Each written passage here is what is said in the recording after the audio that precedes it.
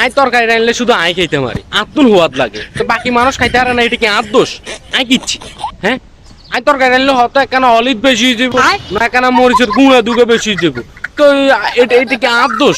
মরিচের গুঁড়া দুগে বেশি হলে একখানা হেড জ্বলে আর কি, তো এটা কি আর দোষ? আনের হেডে সহ্য হয় না, আর লবণ হয়তো একটু বেশি যাবে, এটা কি আর দোষ?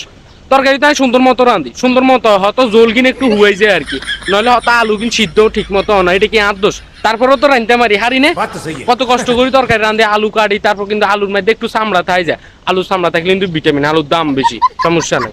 আর হ্যাজ কাটলে হ্যাজের গোয়ার কিন্তু হ্যাজ চাইয়েন থাই যায় রে, তো হ্যাজ চাইয়েন থাকলে সমস্যা কি? হ্যাজের দাম বেশি না, আর তো সঞ্চয় করি, একটু সঞ্চয় করি রাঁধি, তো এটা কি আর দোষ? আপনারা রুমে কেউ খাইতে না রান্না, এটা কি আর দোষ? হয়তো ঠিক মতো রাঁধি, ঠিক মতো রাঁধি, ঠিক মতো বেকিন দিই, অনেকটার মধ্যে লবণ মরিচ অলিচ যদি বেশি হয়ে যায় এটা কি আর দোষ? তো আনের হেডে কাম পাইলে এটা কি আর দোষ? আর তো কিছু নাই, তো হুয়াত করি খাই, আর তো হুয়াত লাগে সেই স্বাদ, আই রানলেই স্বাদ হয়, আপনারা খাইতে না রান্না আই রানলে, তো এটা কি আর দোষ? তো বিদেশ করলে কি মানে বেকিন রান্না শিখন লাগবো? তাই তো রান্না শিখছি, আই তো রাঁধি, আই রানলে আপনারা কে ছিলেন কা?